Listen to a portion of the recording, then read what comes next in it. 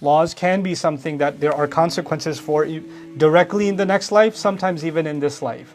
And punishment doesn't necessarily mean physical punishment, it can also be penalties. For example, if you miss a fast in Ramadan, there's a penalty and you must make up for it, right? So it's not just that you made tawbah and it's good enough.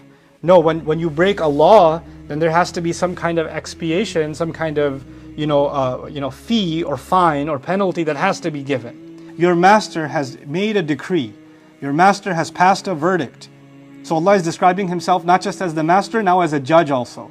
And so that's a pretty powerful opening for this passage. وَقَضَى رَبُّكَ He says, أَلَّا تَعْبُدُوا إِلَّا إِيَّاهُ That you're not going to be in servitude and in slavery to anyone other than Him. That's the first decree. Worship only and only one God. Enslave yourself to only and only one God. And worship isn't just that we do sajda in the direction He told us to, or we believe in just Him, or we pray to only just Him. That's just the starting point.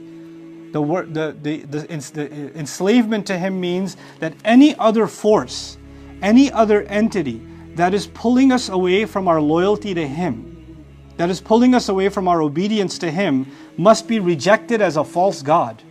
They must be put in their place.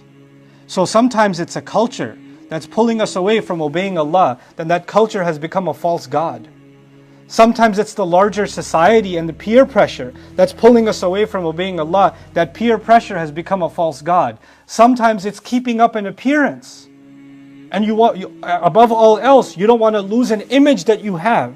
That image of yourself is an idol that you're worshipping as opposed to Allah. So when He says, your master has decreed that you will not be enslaved to anyone other than Allah, then a real question a believer asks themselves is, what am I enslaved to truly? What are the forces pulling at me? What are the things that get in the way of me from being truly enslaved to Him? And it could be outside forces, like I said, it could be culture, it could be money, it could be peer pressure, it could be image, it could be those things, but it can also be something inside me. It could be my own greed, it could be my own selfishness, it could be my own pride, it could be my own anger, it could be my own need for revenge. It could be my own sadness. It could be anything inside me too that is more powerful than what Allah is asking me to do.